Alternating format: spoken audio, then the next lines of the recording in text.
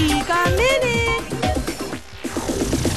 Marami ang nagulat sa balitang may sakit si Francis Magalona. Buo ang paniniwala ng kanyang mga kaibigan na malalagpasan ito ng master rapper. Ang kwento hatid ni Lars Santiago.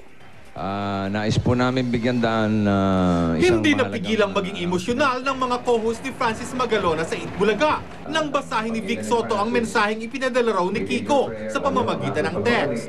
Sinabi ni Kiko na miss na niya ang dabarkad sa Itbulaga na nakakasama niya araw-araw.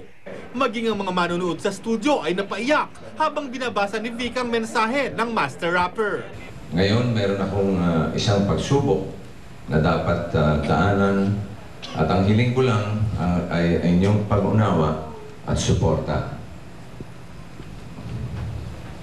I have been diagnosed with leukemia and I am preparing for my treatment.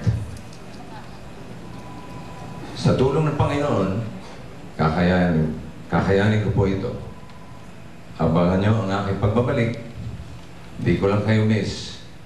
Love ko kayong lahat. Halos lahat ng mga kasamahan ni Francis sa Itbulaga ay nagulat sa natuklasang sakit ni Francis. Bagamat may mga pagkakataon daw na nakikita nilang matamlay si Francis. Sa Amerika pa lang napansin ko na kasi mahilig maggaganon Hindi kumukuha. Nakatingin lang ng ganun lang. Pinapagalitan pa nga ni Malu. Hoy, ano ba? Okay ka ba? Gaganon-ganon lang Siguro may naramdaman na siya na kakaiba. Me personally, ako felt devastated kasi pero nung malaman din namin na it's a treatable disease, knowing Francis, kaya-kaya niyang malampasan yung pagsubok na yan.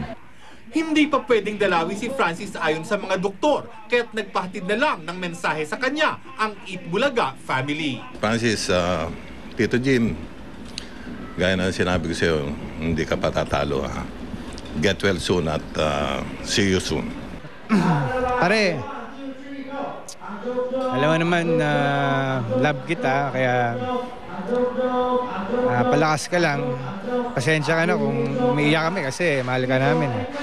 Basta palakas ka lang and I'm pretty sure that you'll be back here. We'll be working together again. You're the one. You're the man. Okay? Master Crabber, get well soon, and I expect to see more pictures of you and me in the near future. Lars Santiago, updated sa Showbiz Happenings.